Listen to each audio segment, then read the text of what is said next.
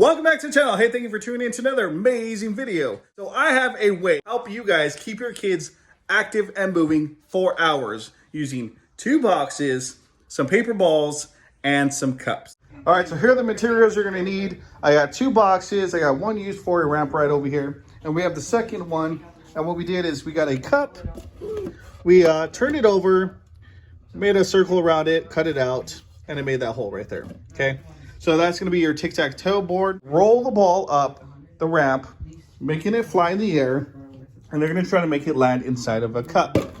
Now, they're gonna have different colors, and the first person to get tic-tac-toe in any direction will win.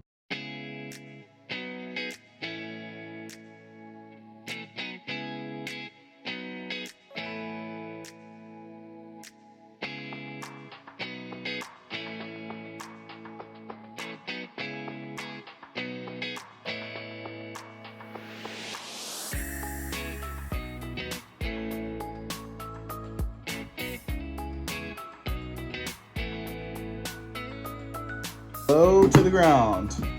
Oh! And the bounce, and the winner of our tic-tac-toe